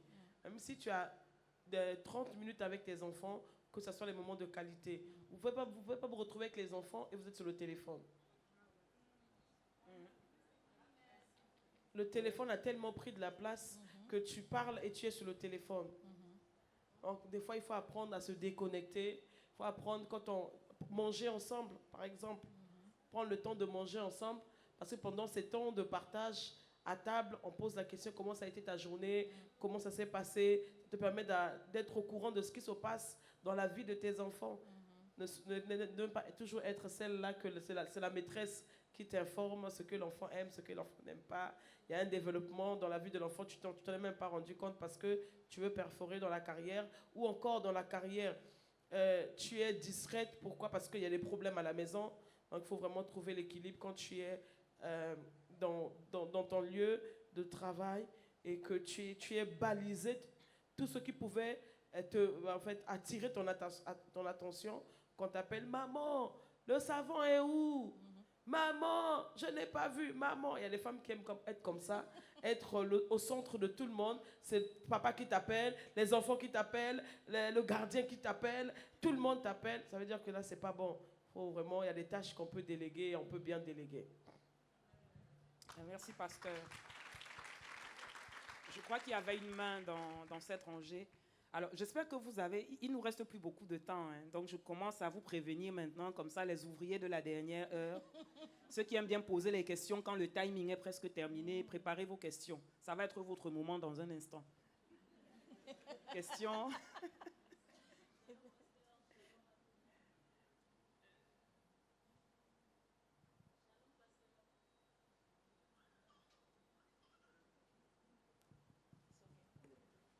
Shalom pasteur, shalom à tout le monde. Merci pour le thème, merci pour les enseignements. C'est vrai que depuis que je suis assise là, je ne veux pas parler. Mais j'ai la pression du Saint-Esprit qu'il faut que je parle. Parce que ce n'est pas des choses qu'on dit évidemment ou alors facilement, mais avec la pression du Saint-Esprit, je crois que j'ai reçu la force pour le dire. Tout à l'heure, lorsque maman disait que la situation par laquelle nous passons est généralement le but de notre appel, c'est où le Saint-Esprit a commencé à m'interpeller. Beaucoup vont voir que je suis jeune, très jeune d'ailleurs, mais il y a 5 ans, je suis divorcée, très jeune. Donc, j'entre dans un foyer, après 5 ans, il faut partir. C'est difficile, c'est dur, avec des enfants à l'appui. Et ça passe par des dépressions, ça passe par des tourments de la vie. Et à un moment donné, le Seigneur me donne Job 5,18. Il fait la plaie, il bande, il blesse et sa main guérit. Ça, c'est le verset qu'il me donne 1 an et demi après la situation. Et ce verset a pris 1 an de ma vie pour guérir mon âme. Et lorsqu'il guérit mon âme, c'est où il me donne la mission. Parce que je lui dis, mais pourquoi aussi jeune, avec tout le potentiel, toute la carrière que j'ai, c'est moi qui viens me retrouver dans ça, quoi.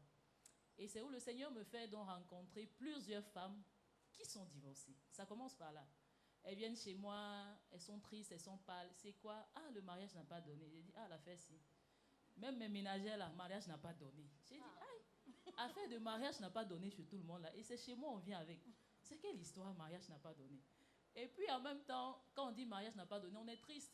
C'est à toi de consoler, pas de dire aussi que mariage n'a pas donné en fait. Donc comment je vais dire? Toi tu emballes ta frustration parce que tu as l'impression qu'en ce moment, c'est pas ta frustration qu'elles veulent. Elles veulent de la guérison, elles veulent de la solution. Donc le Seigneur commence à m'utiliser comme un canal de solution. Amen. Et après je lui demande, moi là ça n'a pas donné. Hein. Quand tu me dis, ça n'a pas donné chez les autres et je dois les guérir là, et moi là, tu fais comment? Il dit, ah, j'ai travaillé sur toi pour te guérir à ça. Maintenant, ce n'était pas pour rien, c'était pour guérir les autres. Et peut-être 6 mois après, je me rends compte qu'elles sont déjà plusieurs.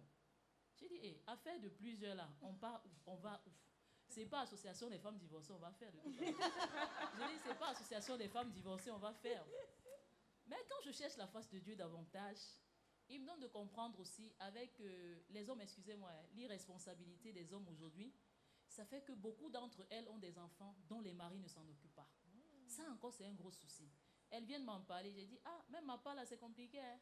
Mais Dieu a fait grâce, nous on peut nourrir sans souci, sans stress. C'est comme ça que le Seigneur, donc progressivement, me donne des éléments et des arguments. Ces femmes-là, il fallait les amener à entreprendre. Ça commence par là. Il m'utilise donc comme un canal pour accompagner ces femmes dans l'entrepreneuriat parce qu'elles ont des enfants dont le mari ne prend pas soin. Moi, je ne vais pas prendre soin jusqu'à un certain niveau. À un moment donné, je me suis engagée à payer l'école de certains parce que c'était vraiment dur.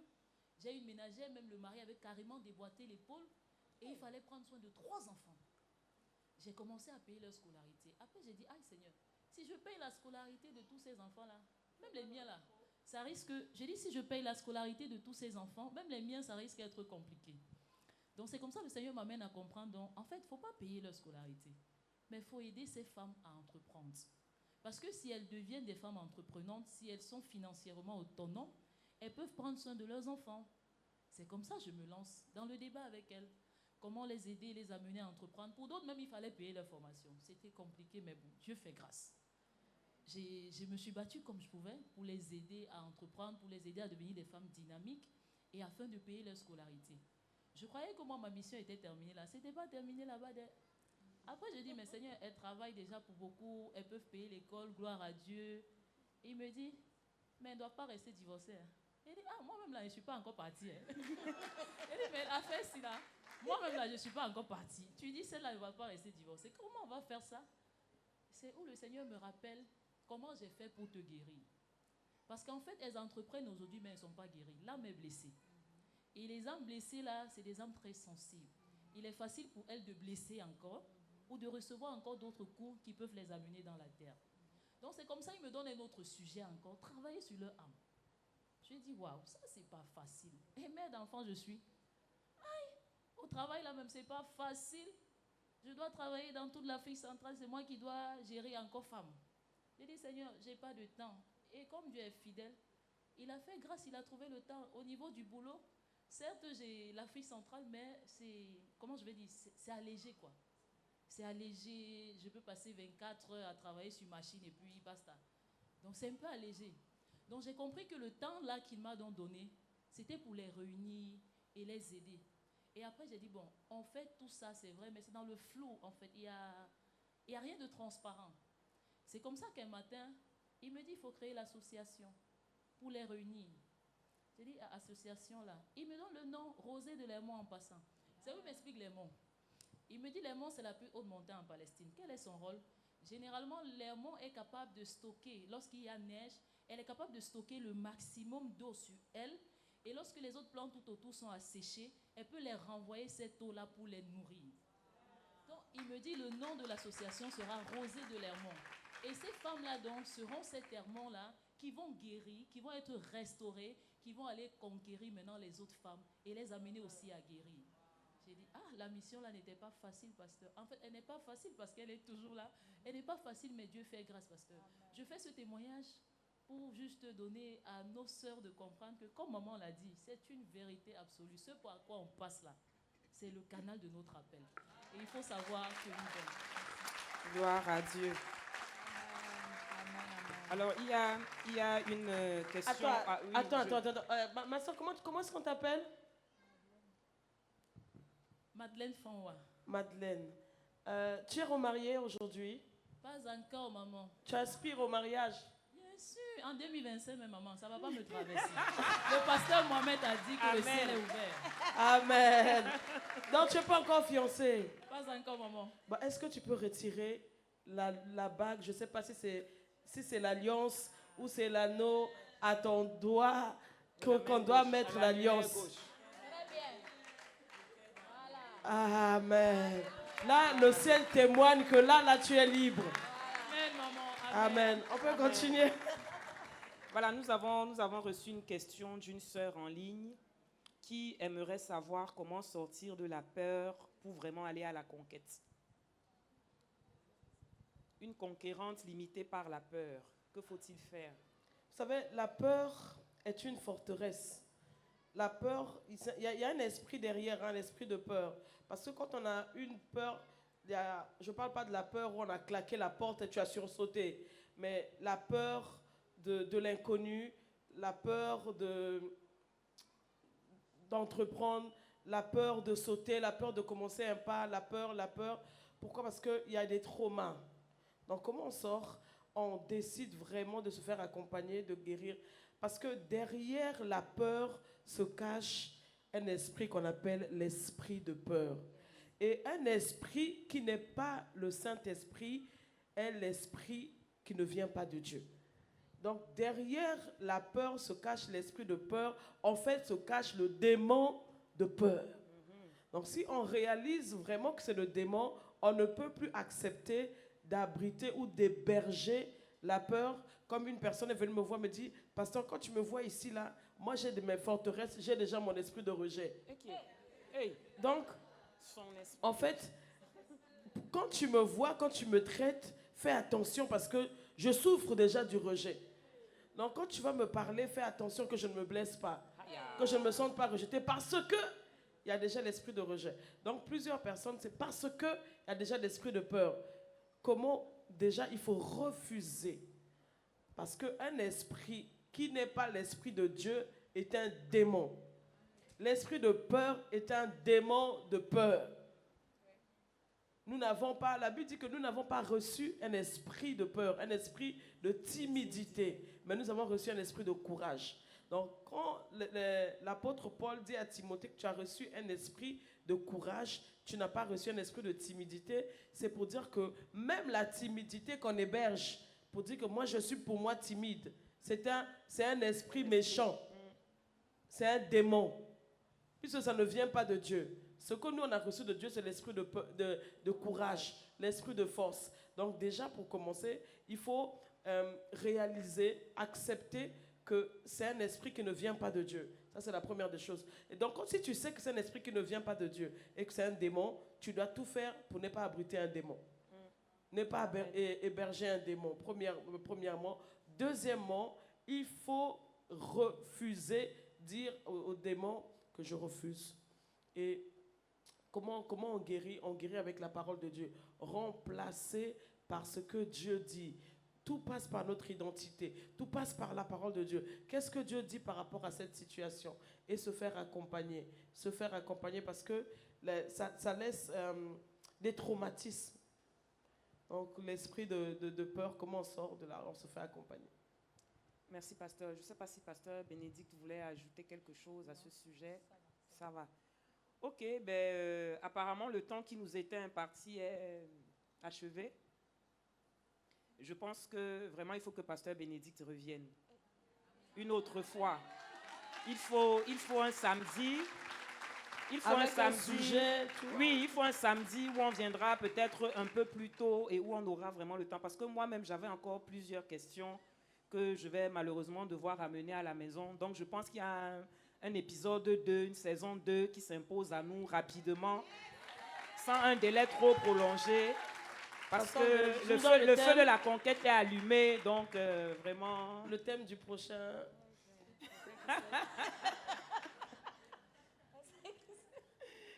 Donc voilà, je suis désolée. Si vous aviez encore des questions, enregistrez-les dans vos téléphones parce qu'il y aura une saison 2. Hein.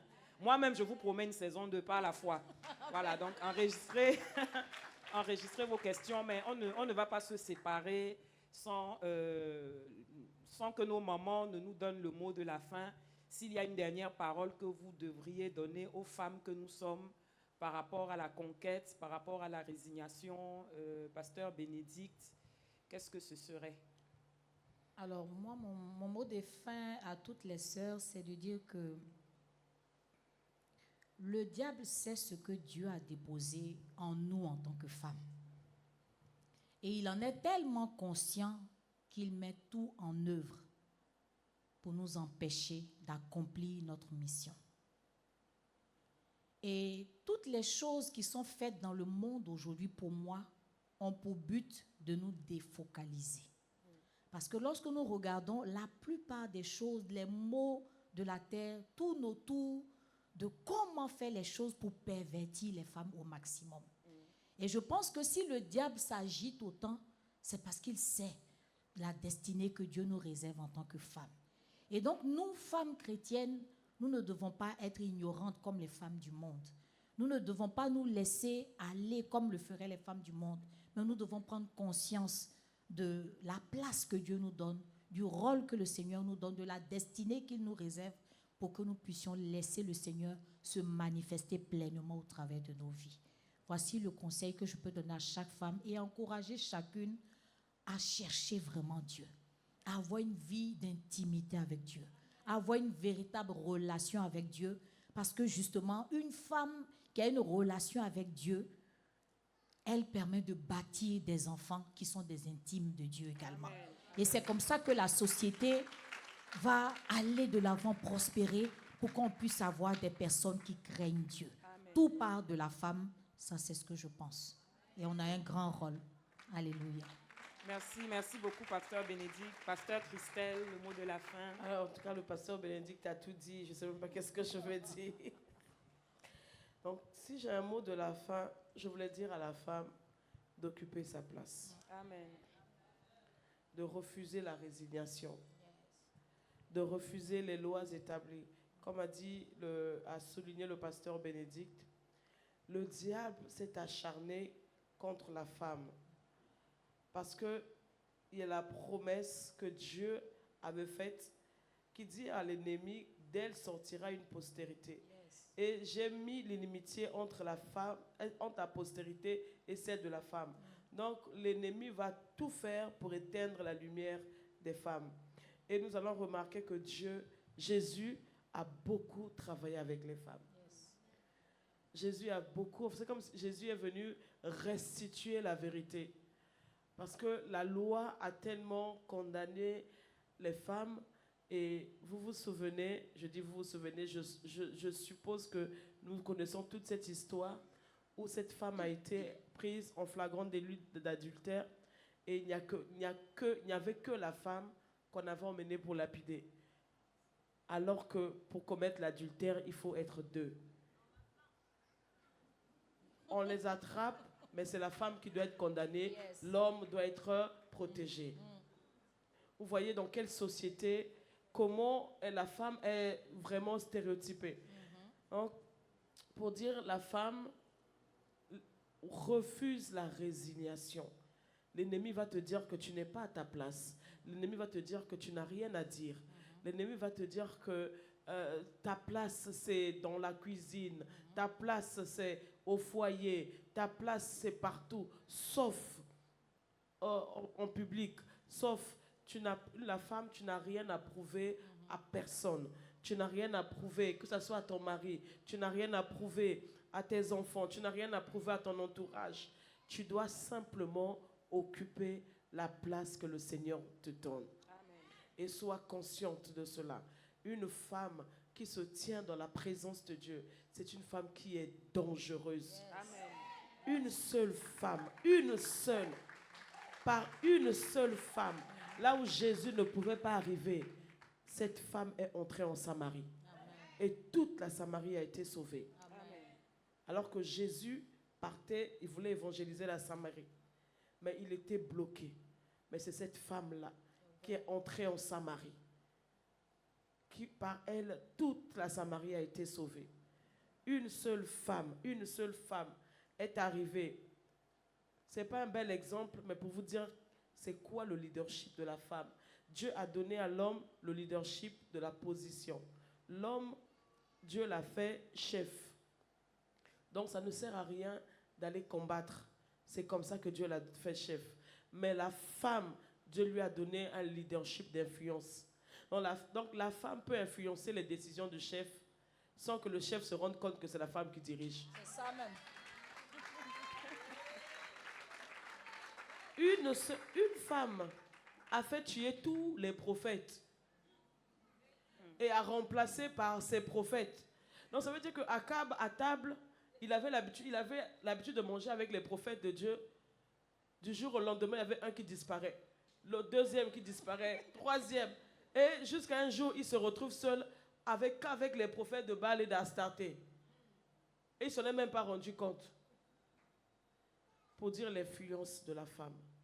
Mais c'est peut-être pas un bel exemple, mais pour dire à la femme à quel point la femme a de l'influence. Yes. Voilà pourquoi l'ennemi s'acharne. Et si on utilise cela avec les armes de Dieu, je vous assure, ce que les hommes ne peuvent pas voir, on va conquérir la Samarie. Yes. On va conquérir le Cameroun. Amen. Le Cameroun est prenable, pasteur Bénédicte. Yes. Si elle a laissé la Côte d'Ivoire, j'ai laissé le Congo, le Cameroun est prenable. Yes. Donc rien ne doit vous arrêter. Rien, retenez cela. Amen. Refusez la résignation. Yes. Levez-vous. Que chaque femme occupe sa place. Amen. Est-ce que nous pouvons encore acclamer le Seigneur? Pour le peu de temps qui nous reste, moi j'aimerais quand même qu'avant de libérer nos mamans, si pasteur Bénédicte peut faire une prière sur les femmes que nous sommes, pour que vraiment relâcher une parole.